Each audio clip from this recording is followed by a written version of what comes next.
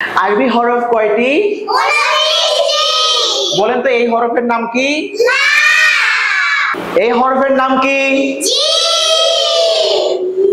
এই হরফের নাম কি? এই হরফের নাম কি?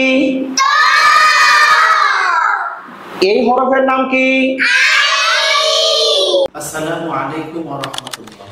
আমি মুফতি মোহাম্মদ সিরাজুল ইসলাম, দ্য এই স্কুলের আরবি টিচার। আমাদের অত্র প্রতিষ্ঠানে ইংরেজি এবং জেনারেল শিক্ষার পাশাপাশি আমরা আরবি শিক্ষাকেও নিশ্চিত করতে চাচ্ছি। আলহামদুলিল্লাহ, ইতিমধ্যেই আমাদের বাচ্চারা আরবি হরফ পড়া এবং লেখানো শিখে গিয়েছে।